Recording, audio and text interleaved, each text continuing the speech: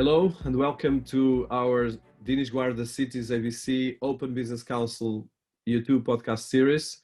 And we are here for a new exciting interview and profiling with a leading global expert, in this case in cities, architecture, and as well the founder of the platform that I'm very excited to profile today. Michael Jansen is my guest today, and I welcome to our series. I'm actually quite excited about this because Cityzenith is an interesting platform that I'm very excited because I've been very focused on these areas of cities, smart cities, architecture, and all the solutions about this and special digital twins. So I've been just looking a bit of a profile, an excellent profile of Michael Jansen. So Michael is an impassionate architect, urbanist, and entrepreneur that has been working and led high growth companies in the US and in Asia for the last 2 decades. He studied architecture at Yale and Cambridge and earned a Fulbright scholarship, and has been working as an architect in India, China, and as well in Asia for some of the major US international architecture firms.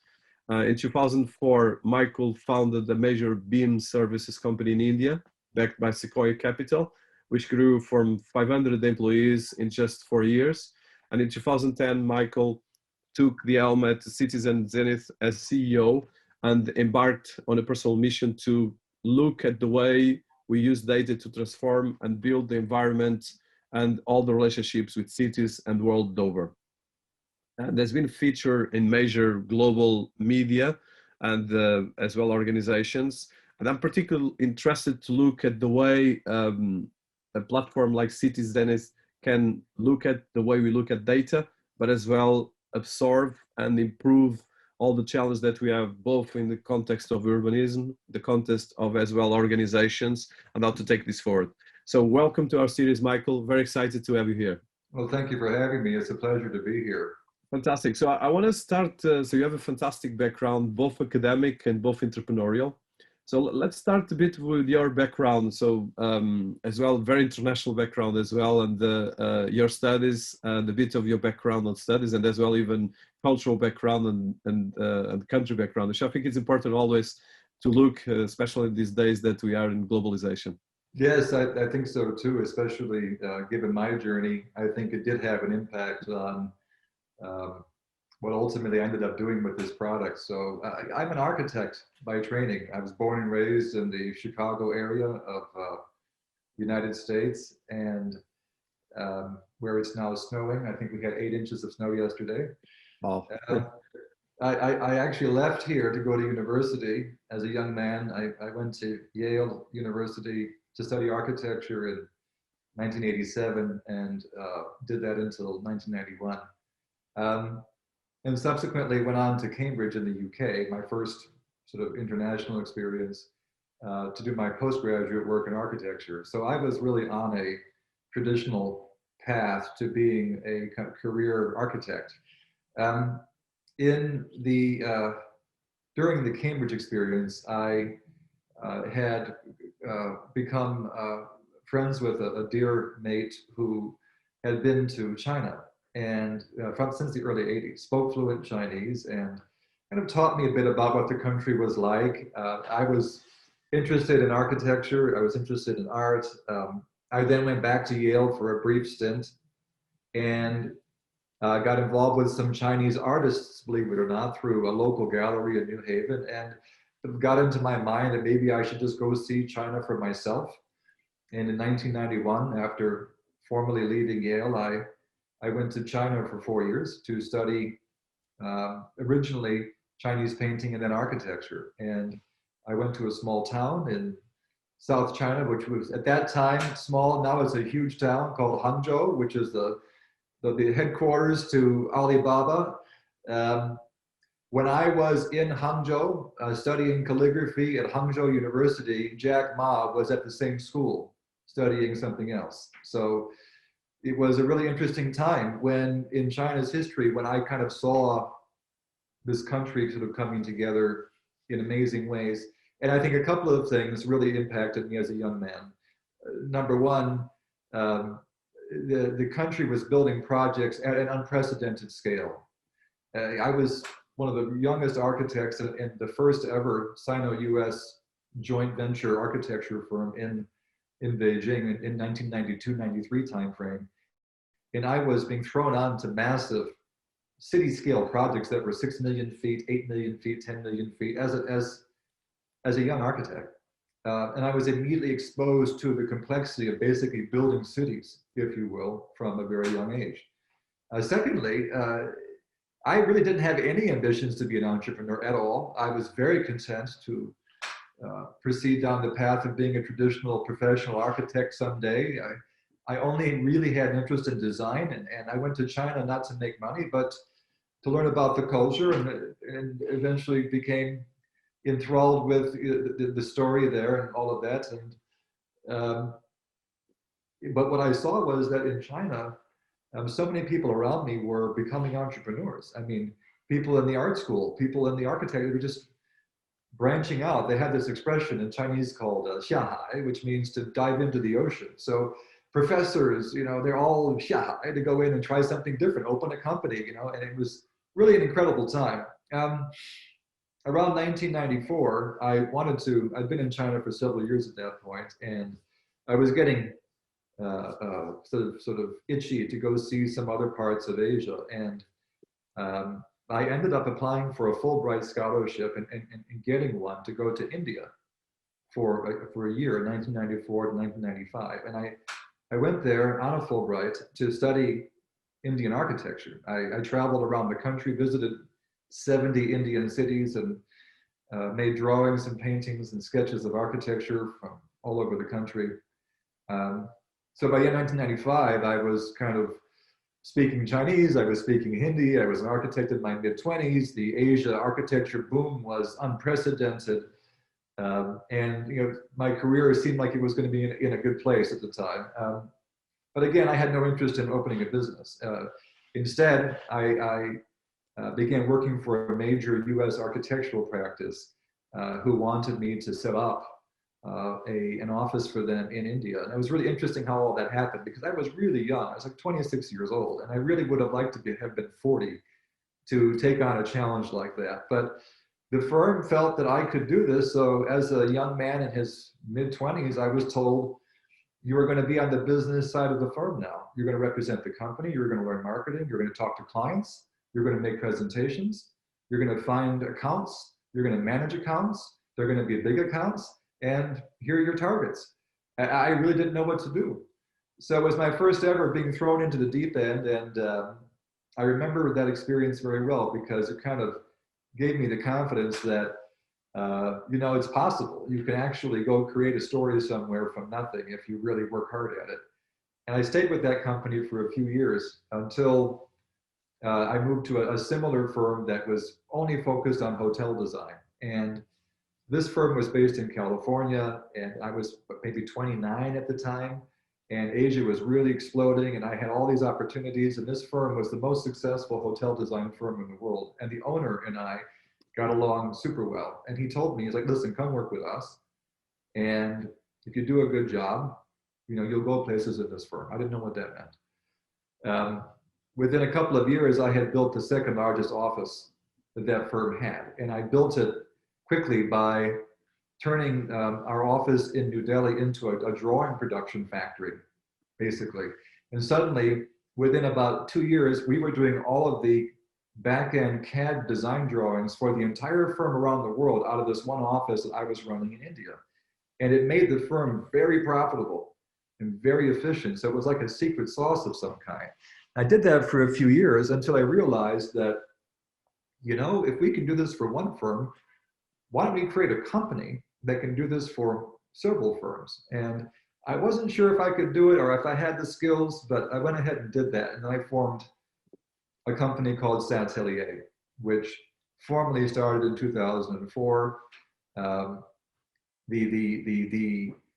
How we got to Sequoia Capital, investing in that business 3 years later, is an incredible story. But it started off as a modest, really determined group of people that came out of the previous experience, only knowing how to make hotel drawings and nothing else, because we work for a hotel company, if you can imagine that. And we wanted to go and do all these other things for everybody else. So I went around New York City, Paris, London, San Francisco, Seattle, Washington, Dallas, you know, my tours were like 27 cities when I came to the US. I would leave India, I would do 27 cities in 7 weeks, 8 weeks. It was just night after night, you know, Atlanta one night, go to the hotel, midnight, boom, Dallas next night. It was that kind of thing. And signing up clients one after the next, I was kind of distributing the secret sauce around the industry of these remote production teams. And by 2007, it got the attention of venture capitalists. The company was growing at 100% a year. CNN had rolled their cameras in when George Bush came to India in 2006, did a big feature on my company and my work. So I started to get some notice in the industry. I won several awards that year. I was the 40 under 40 winner for the Building Design and Construction magazine annual award they give to young folks, all that kind of thing. So my career was starting to get somewhere, and I was learning a lot. Now, that company got to a point where we had 400 clients. We were doing 30 of the top 50 clients in the world, large architecture firms, engineering firms largely. The projects were huge. We worked on the Burj in Dubai. We worked on Trump Tower in Vegas. We worked on very big stuff, you know. And because we had the capabilities to do that. But what was happening was that because, again, I had all this big project exposure, we were seeing that we had to develop skill sets in several software tools just to do these projects. And it was really becoming a problem for our clients. You know, one project would have 3 different building information modeling tools, different GIS tools, different CAD tools. These are all different types of tools that architects, planners, and operators use to design and make buildings and infrastructure more efficient. And we said, you know, listen, there's got to be one tool which can bring all this together somehow, right? I mean, there's got to be like one giant 3D, you know, map of the world with all this data, where all these tools can kind of plug in and unplug, that makes sense of all this. Otherwise, projects are just going to get more and more complicated and less efficient. And how does that work when the project trend is going in the direction? Right now, the world needs to build 10,000 new cities, as you know very well, in the next 40 years. So we've got to find homes for 3 billion more people, right? So we're going to have to build thousands of new cities. We need tools to help us build cities, Denise. That's the whole point. We don't have them. We have a basket of tools today. We don't have any city making tools, really.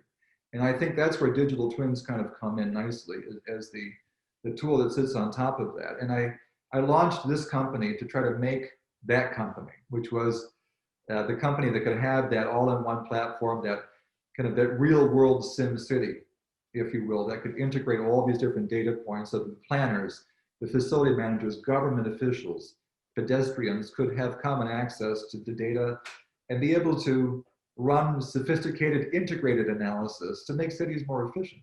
And that just doesn't happen in today's cities, except for some of the most sophisticated, as you know. So, I mean, I could go on forever about that, but my background is essential to understanding how I got here. I was one of the people struggling with the problems, right?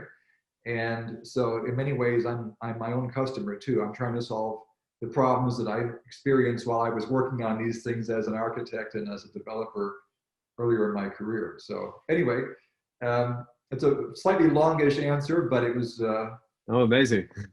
No, that actually, congratulations.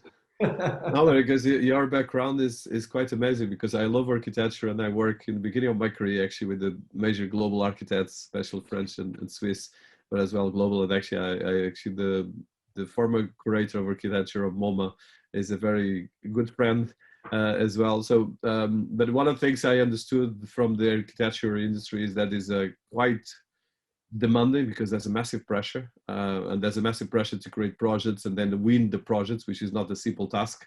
But I think your background takes it to a completely different level, especially because you were in the right place in China and all this growth, which is quite amazing. And as well, that entrepreneurial part, of course, preparing for a lot of things. So I want to, before I go to the company and as well the fantastic work you're doing with Cityzenith, I want to talk first in terms of so in the architecture. So architecture is really quite an interesting background, because it touches art, design, planning and urbanism, and as well a lot of ego in terms of you have to have a strong component to create really a profile as an architect, but as well a component of the way you look at the city and the way you look at buildings and everything else. And as well, one thing that is particularly interesting is, being a fan of architecture myself, is that architecture has been as well on a fantastic roadmap, because a lot of the tools we're using right now in terms of, like you mentioned, all the cities kind of related tools came actually from architecture, and but at the same time it's still a mix of artisanal versus production. You have well, all the Frank, all these massive global architects, Jean Nouvel, and the other ones that have been creating entire teams and changing entire cities. So I would like to touch that, because you studied in two of the major universities in the world, Yale and Cambridge, and they have a huge as well research around this. And I love as well the way that architects look at the world, but I like when they touch the urbanism. But I would like to see from your background, you touch the research from two major universities, then you went for as well to look at the way China create cities and as well program cities, because the entire cities from the scratch, which is super impressive, especially for our patterns in Europe or even in the US, which has been very fast still. So I would like to touch this. How do you see this evolution through your career before you go more on the digital twins and as well the work you're doing in smart cities or smart cities technology? We can look at it in that way. The evolution from the architecture from the last, let's say, the last 20 years, which is mostly most of your career, the architectural revolution in terms of the way they're using tools, the way they're looking at cities, because we have, looking at cities, you have green cities, sustainable cities, just planning cities, and as well right now we have smart cities, which is some of the concepts, just to mention some of them. I was just, how do you see this narrative around your career, looking at the industry as well? Sure, I think the tools definitely have changed. I entered the profession in the mid-90s as one of the early or the earliest adopting generation that adopted CAD. So if you can imagine at that time, the architecture profession, senior partners and firm leaders were not interested in learning CAD. That responsibility was given to the younger architects that were more technologically savvy or supposed to be. And so I kind of grew up in the profession using a couple of different tools. And I remember right from the very first month of my working at this particular firm, we were trained on one particular software. And then we hired somebody who sat across from me who came in from another firm trained at a different software. And I remember how many issues ensued from having to train that gentleman over the next 6 to 12 months, having to translate between softwares. It was always an issue, that I saw as a problem in the profession from very early on. As I moved through my career, I got interested in 3D. As an individual, I had my first exposure to 3D in the profession as a student at Cambridge. A very profound experience in my, I think it was first or second term there at Cambridge as a 19-year-old. It was an extraordinary group of young architects, England's finest, whatever. And one young gentleman was so different from the rest of everybody else, and he was just a computer guy. You got to understand, all of us were painters, sculptors, and he was the computer guy. And people didn't even want to talk to him. It was like, he was like the black sheep. You weren't even allowed to talk to the computer guy. This is what the traditional architectural profession thought of machines in their profession at the time. So, but we did a project in Cambridge, and he presented something incredible. It was a design scheme, a little library along a river, fully rendered in 3D and superimposed on a photograph of this site, and it just blew everyone's mind. I mean, you can't imagine the response. I was shocked. It was a wow moment to me. I mean, that doesn't even exist. And we're able to look at it and study it like that. Wow, that's incredible. Even though it was kind of, very early days of the technology. So I had been in love with that forever. Even as I became a designer, I began to explore all the available 3D technologies basically as design study tools. So I realized that working in 3 dimensions teaches you much more than working in 2. It's as simple as that. Even early in my career as an architect, I would design furniture. Most architects would do plan sections, elevations. I would do 3D models in the machine room, and then we would study them in detail. And I found that by being able to have access to every part of the model, you just learned more. It helps your mind complete the picture, and the power of 3D as a language. That was the first time I discovered that, hey, this is a language that we actually speak. So let's see if we can create some kind of some type of a software around it. And then the profession, more and more companies, Autodesk, Bentley, all these different companies producing different softwares, competing, Graphisoft, so many others in the AEC profession, countless others out there also competing to do different things. And I realized that there was going to be this kind of landscape of competing companies, if you will, which for a long time didn't matter until the projects got bigger.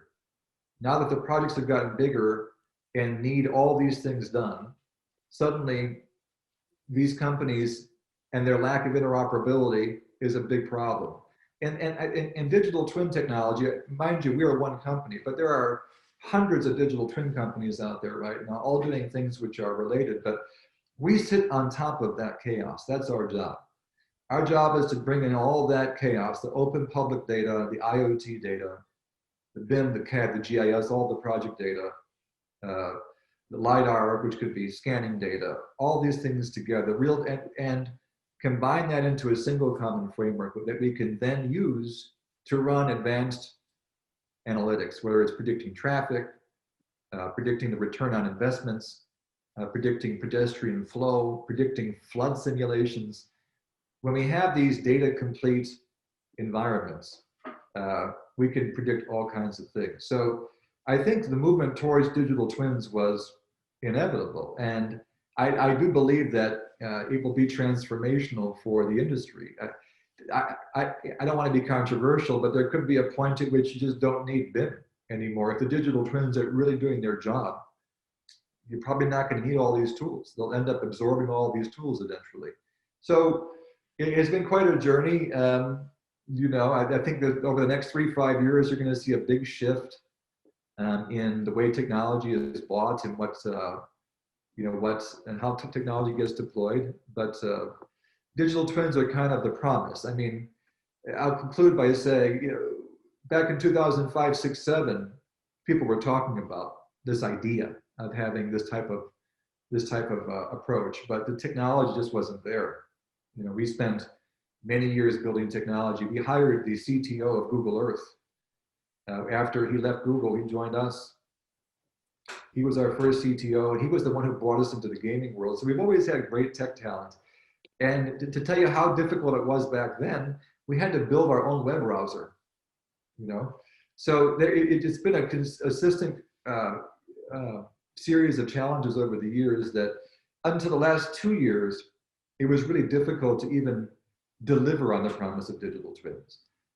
So this is probably why you haven't seen more to date, but we're entering a territory now where this is possible and this is happening. So it's getting interesting. And urban scale digital twins, of course, have great promise.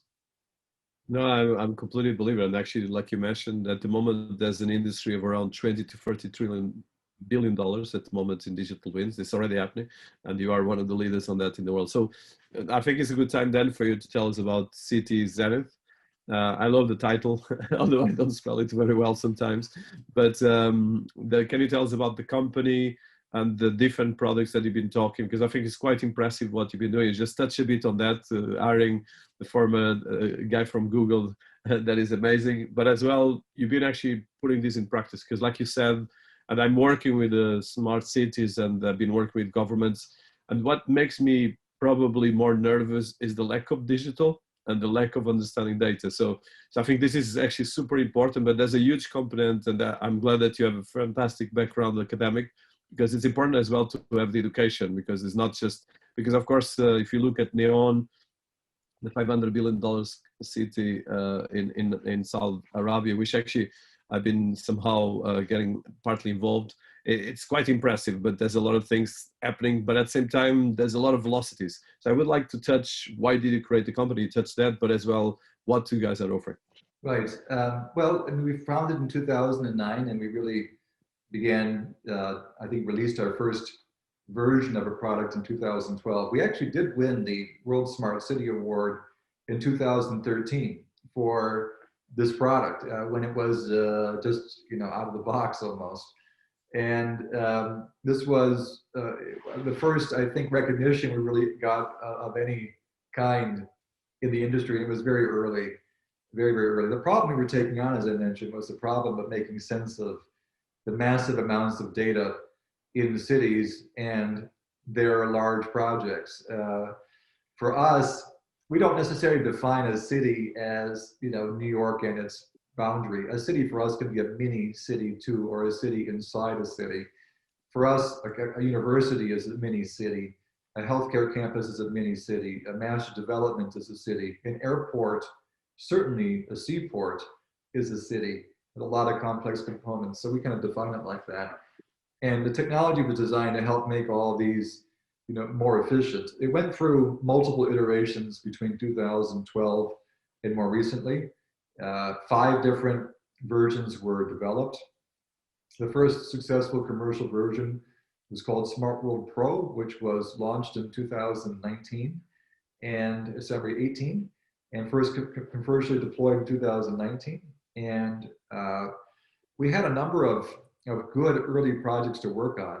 One of the first was a new capital city in India, the city of Amravati, designed by Norman Foster and the planning firm out of Singapore, Surbana Jurong. And so we worked on that project. It told us a lot about what we would need to do in the future with this product. We were given commissions at the same time with companies that were doing large-scale developments in these cities, like CBRE, like Cushman Wakefield, et cetera, et cetera. We were given commissions by companies that were building infrastructure between these cities, like W.S. Atkins and Lang O'Rourke in the UK, that hired us to provide a digital twin for a high-speed rail project linking Oxford to Cambridge. So the company today is about to release its most advanced version of its software in March, called Smart World OS. Smart World OS is our first ever digital twin operating system. You can actually run a city off of Smart World OS for the first time. And we've done a lot of learning in the past few years. The things that we're working on today are just gotten bigger and better.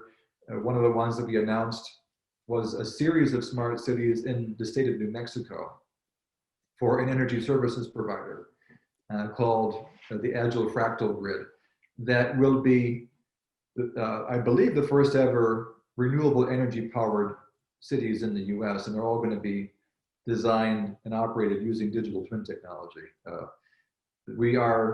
Our partners there are friends with the Digital Twin Consortium, and we are part of that as well. So we're helping to accelerate the dialogue around digital twins in the United States using this type of this project. We made other announcements about something that's more commercial in Orlando. The Orlando Sports and Entertainment District is a smart district. It is close to downtown Orlando. It's where the Magic play basketball and other sports teams. Again, they're going to use a digital twin there to help optimize the visitor experience before and during their experience of the what they call smart district.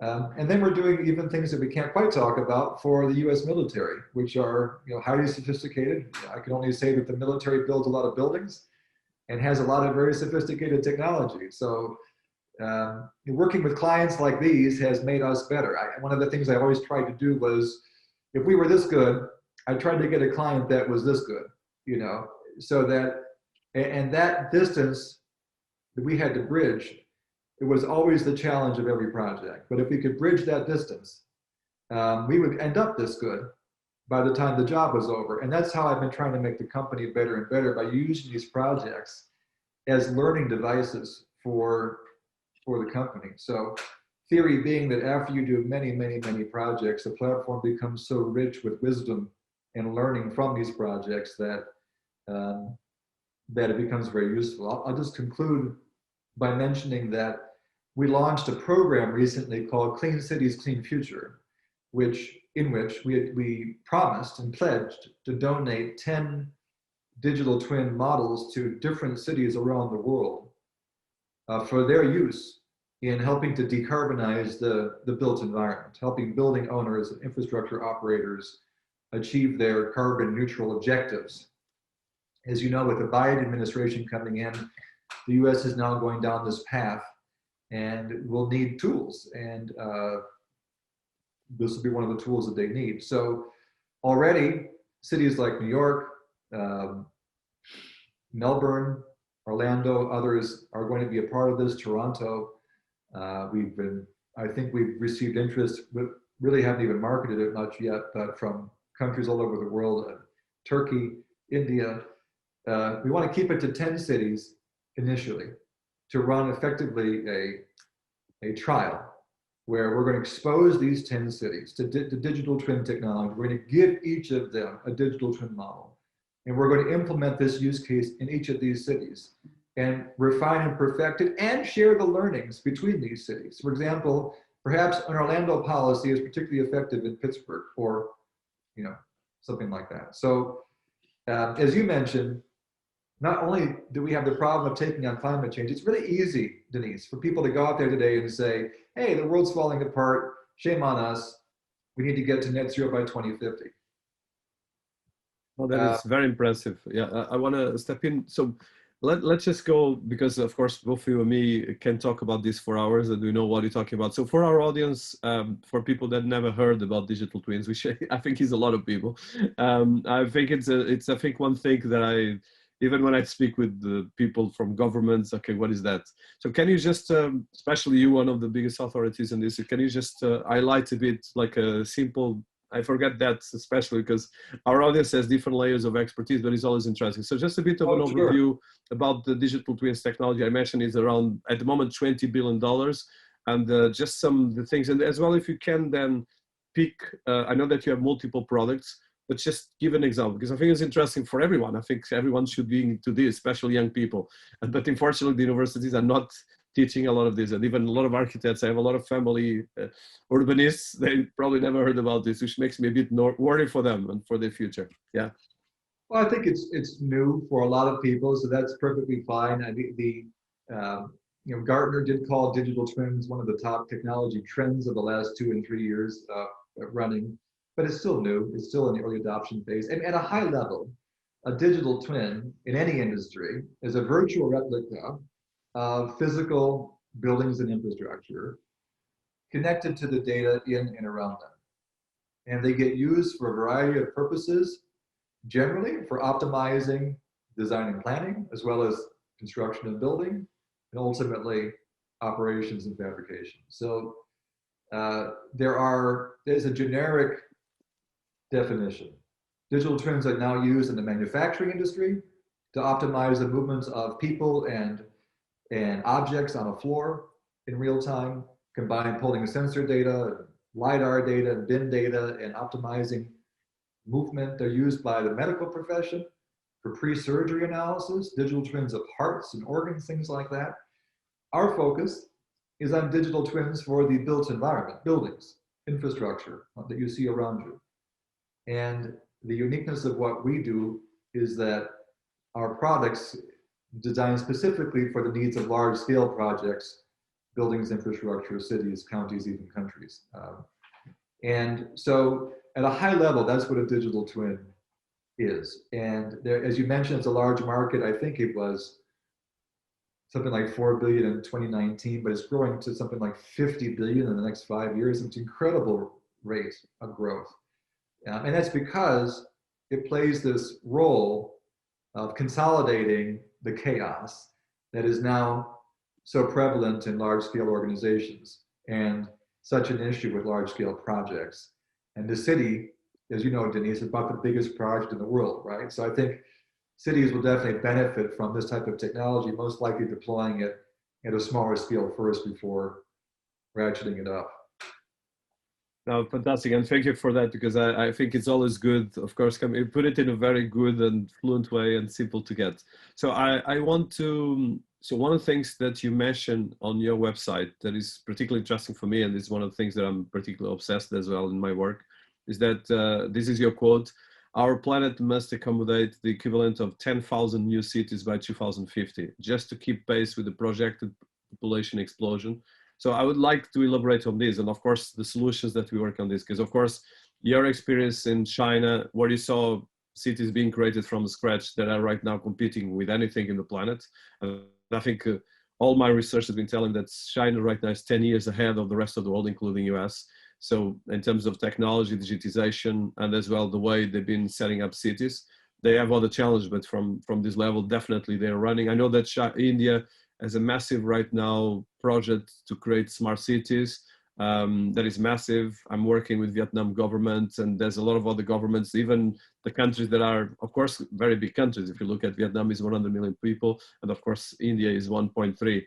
So just a bit of this background, how do you look at this? And as well, one question that I want to put here is two questions. And one is about your quote. The second one is, how do you see as well the challenge that come out of this digitalization? Because of course, one thing is doing a smart city in the US or Europe. The other thing is China. The other thing is any other country like India or even Saudi Arabia, which has a lot of other, let's put nuances, geopolitical nuances.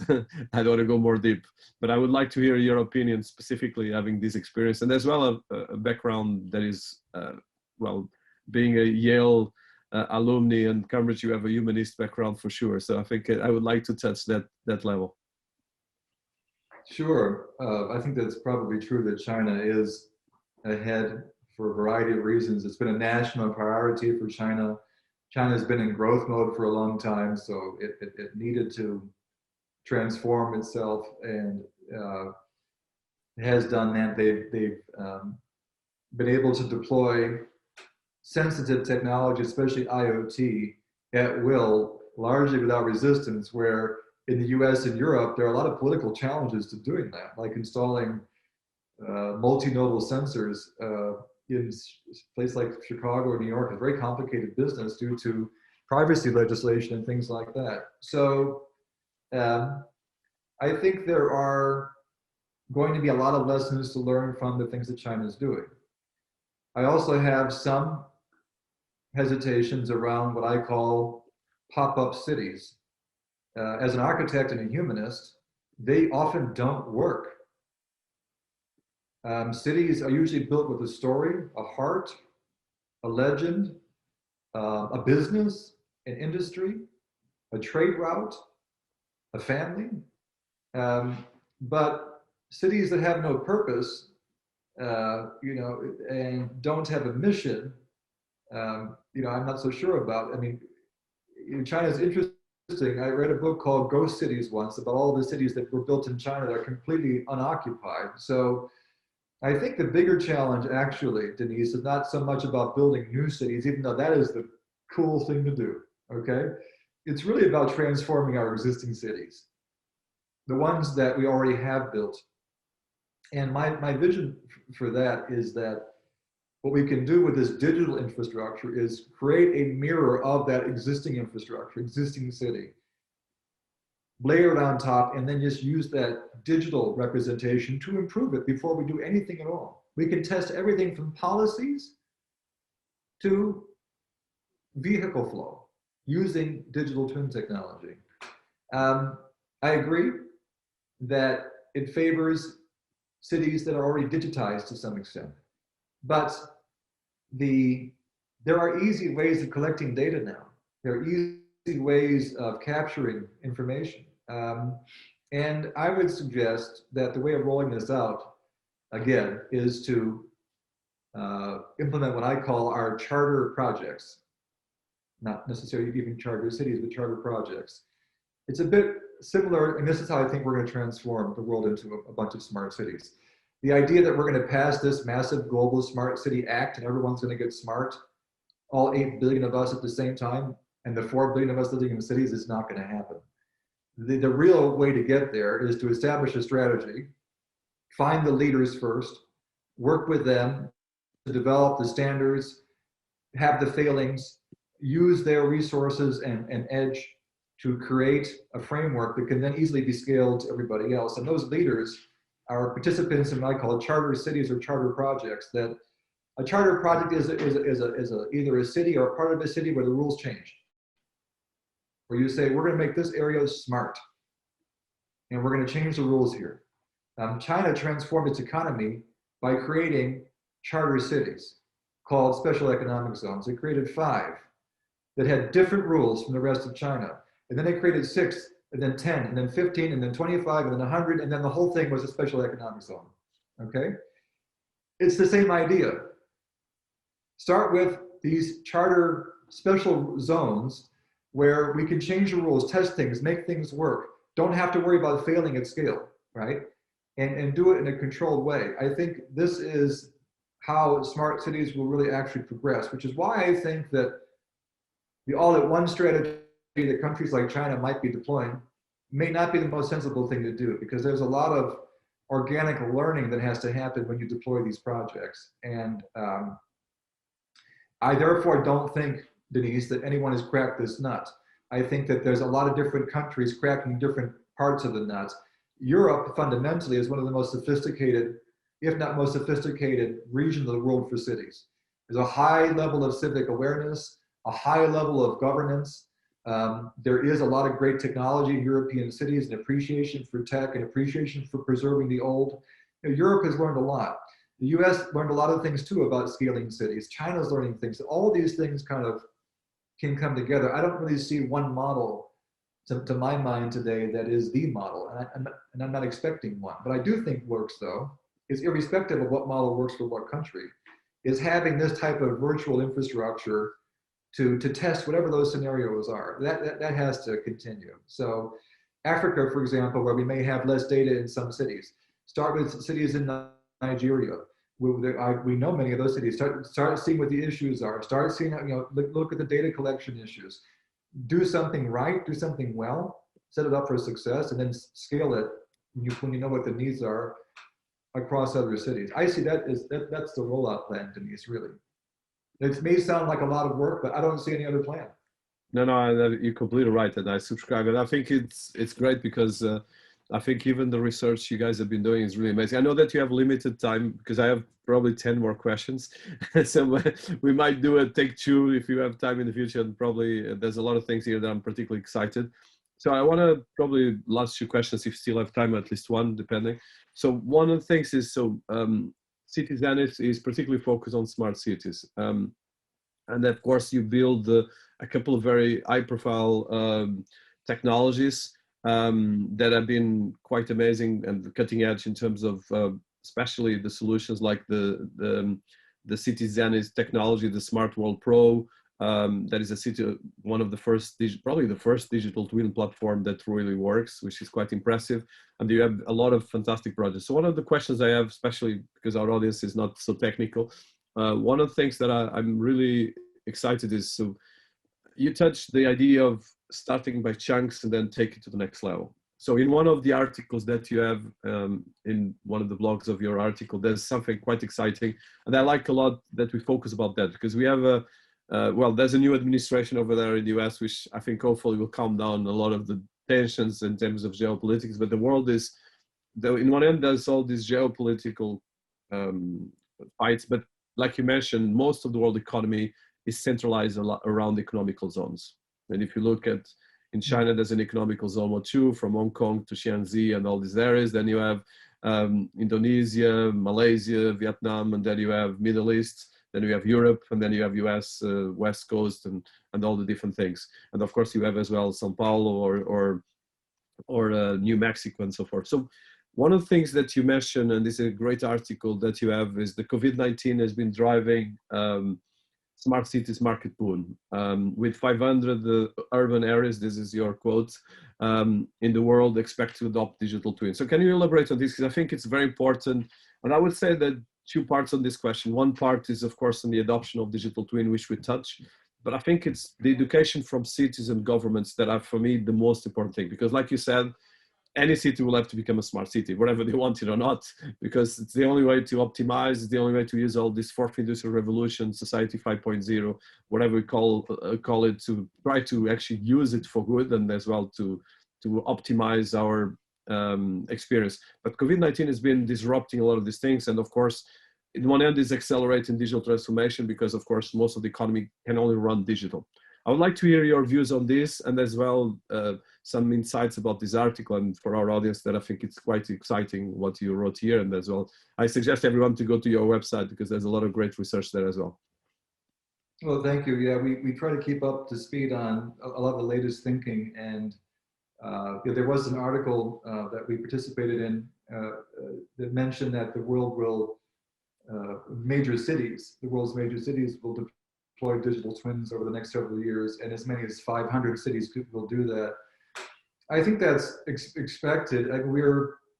Some of the projects that we've been involved with, for example, I mentioned the one in India. We were using a digital twin to bring together all the 3D design models of multiple architects working from multiple countries on a single smart district in this city, where the chief minister had told us that we need to use this technology to simulate how we will reduce street temperature by at least 8 degrees Celsius during summer. Simple use case, difficult one. And the architects were able to integrate, drag and drop their building models from outside into this model and run scenarios leveraging an artificial intelligence-based tool that we integrated that would run climate simulations. So they could actually see if we put a building this tall here, we have a pergola, we have shading, if we do trees, here is the impact. And we were able to simulate that result before we built anything. Now, imagine the impact on the carbon footprint when you can reduce the overall load consumption requirement for that district is significant. These types of simulations are going to make digital twins not only a good idea, but essential as cities get more efficient. They're going to have to. I don't know how else Denise, cities crawl out of the fiscal trouble that they're in unless they become more efficient on multiple levels and start thinking about themselves differently. It's possible that cities will even begin developing digital twin infrastructure and selling services, off of this infrastructure that they create to the private sector. I mean, it's many ways in which this type of thing can not only be an efficiency tool, but a revenue source for cities, and the private sector would happily pay if they're getting the value that they need. So I see that this it could change the whole model. I would love to see digital twin technology take a much more of a central role, where everyone pays a small toll to be part of it, but it's accessible, right? And I think, as you mentioned, I haven't seen a lot of really full implementations of this, but we are working on, I think, some of the closest things to full implementations of which I'm aware. And it'll only continue to get more robust, over the next few years.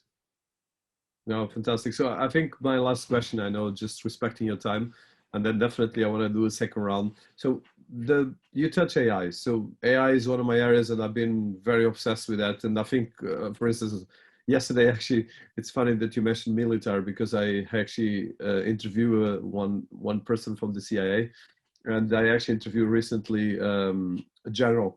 So one of the things I've been finding out is, if you look at history, of course, there's all the technology, there's all the evolution, but there's humanity and our challenges. So one of the challenges definitely around cities is definitely how all this part of the digital twins, and especially fourth industrial revolution, you mentioned IoT, but especially AI, is going to be transforming everything. And I think the digital twins, I even go further, because you're talking about digital twins for cities, but it's going to be digital twins for each of us, because I can see my body, and even if I don't want to, actually I don't want to think about it, but at the moment, if I get to 23andMe, I can know my probability of dying younger or not, of getting cancer. And if you get enough technology, I can know too much. Probably I don't want to know, even if I know I can get it.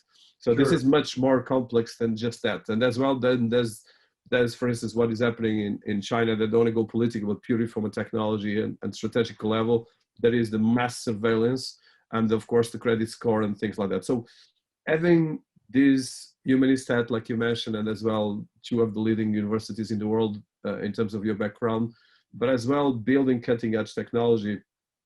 As a last question and a bit humanistic question, how do you see in one end, the technology, the ethics, and as well the solutions for the problems we have, and as well this kind of disruption? Because as Professor Harari says in the one of his, actually the last 2 books, the Homo Deus and the 20 Lessons for 20th Century, and as well Ray Kurzweil, we are probably 10, 20 years ahead of, well, I would say that we are already getting into singularity. But even yesterday, there was a think tank in the US that just highlighted that humanity is not prepared to stop an AI, super intelligence AI. And as well, the US government at the same time, actually, Eric Schmidt, former CEO of Google and still part of the board, said that we need to leave an AI we have to leave AIs to test military control because they will be wiser than humans. I want to touch this because when it comes to cities, this is happening, okay, and of course in a small scale, but this is very complex. And I think architects are key because you guys make the bridge between art, technology, and planning. And normally that's especially the great artists and the great architects, like from Michelangelo to, you mentioned Foster, they make the marks of history. Normally it's an architect that makes the biggest building, even if it might be terrible in a dictatorship or it might wonderful in a great country. So I just want to like that bridge, because that's for me one of the biggest challenges. And there's also something we need to discuss to avoid the issues and the dystopian part that one of these technologies can lead us. Well, artificial intelligence is really the future. With all this data now, we're definitely there are thousands of companies that now are using what they call AI tools to do different things in this industry. I think with cities, there's a lot still to be learned. Generally, of course, I think AI will help us do a lot of things, from optimizing traffic in real time to predicting energy consumption across, for example, federal assets and annualized, so we can adjust, centralized systems on the fly to meet real-time demand, to predicting crime, which again is using artificial intelligence, things like this. Chicago has got tools here in this town where they're using artificial intelligence-based tools to try to predict who's going to commit a crime next and where. So I think I'll make a bold comment here. I think that the alliance of Western states, Australia, Europe, Japan, United States, needs to come together on some common framework to understand the implications of artificial intelligence and what they intend to do about it. From establishing cybersecurity standards to what are the do's and don'ts, the types of research that they allow and those that they don't allow for different reasons. There are many types of research that need to be allowed, encouraged, and heavily invested in, like some of the ones I mentioned. There also needs to be some type of governing body, both nationally and internationally, which looks at this for this very reason. I think there is a threat that, and you see some of the roles of technology that you're talking about, that these tools can be misused. Even the ones that exist right now, some of the crime prevention tools, for example, people say are unfair because you're going after somebody before they've done anything, So I think there's the issue of surveillance, for example. In China, you don't have a choice. And there are other countries like that too. In the US, it's a big issue. And my question is, what's the line? And I've been thinking about this for years, Do we think, on the one hand, I would not want to live in a city where my every move is being surveilled and my every move is being scored, for example.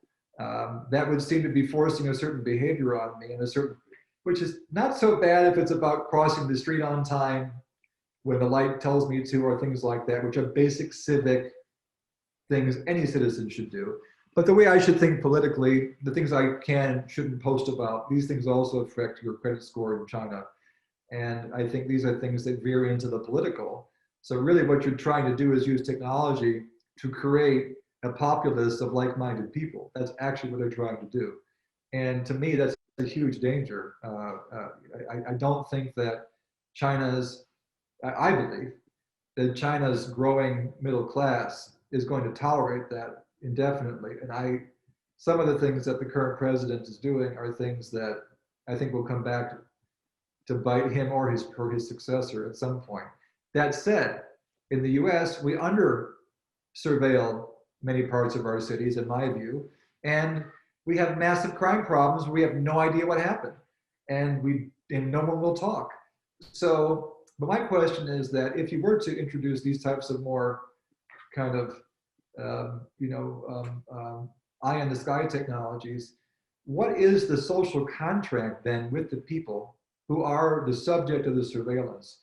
For example, I would be bothered if I was being surveilled everywhere. But if I was living in a neighborhood on the south side of Chicago, and I knew I had access to the same surveillance footage so that if something happened, not only would the cops see it, but I would see it too, and that would be my right, I might feel more safe, So, but they don't really have that right. So I think, in democracies, there's going to have to be a rethinking of the social contract. And I think people will have to give up this idea that no one's ever going to look at me. There's too many of us now, okay? This country, we were a country of a few million people when it was founded. We're 350 million people now, dense cities. I think that's going to have to be in the course of accepting more surveillance, in the course of accepting being monitored more, in the course of being accepted, being sort of traced more, there's going to have to be a new transparent social contract. And when, for example, the Obama administration was doing in tracing phone calls of private citizens was not the way to do it. I think I would rather say, listen, your phone calls can be traced. That's it. We're not going to tell you who, why, when, or how, but they can be. Be honest, and I think that was missing from that, and then you get distrust, of course, between. So as long as these tools are implemented in a forum of transparency and honesty and mutual discussion, I think that they're going to be good. No, I'm completely with you, and I think you made very good points, especially in the alignments between countries and organizations. I think that's the problem, is that if you had like a global EU, United Nations, and digital twins and smart cities, I think it would be good for everyone, because of course, like you mentioned, there's fantastic things happening in China. There's fantastic things happening in Europe with first the EU Alliance. There's a lot of initiatives, but the point is that sometimes no one speaks with each other. That's the problem. And I think we cannot stop this. You might have our own neighborhood, but we are too much interconnected. But well, I think it's a much bigger, and that's, I just want to touch that. So I want to thank you for your time. I know that we passed a bit your time availability, but it's a great insights. I will put the links to Cityzenith, which is a fantastic platform. And congratulations for your work. Definitely, I'm sure we're going to be having other opportunities. There's a lot of questions that I have, and I urge everyone listening to us to look at your work and the work of your company. Thank you so much, Michael. Thank you, Dinis, for having me. Wonderful conversation. Look forward to speaking again. Cheers. Thank you. Cheers.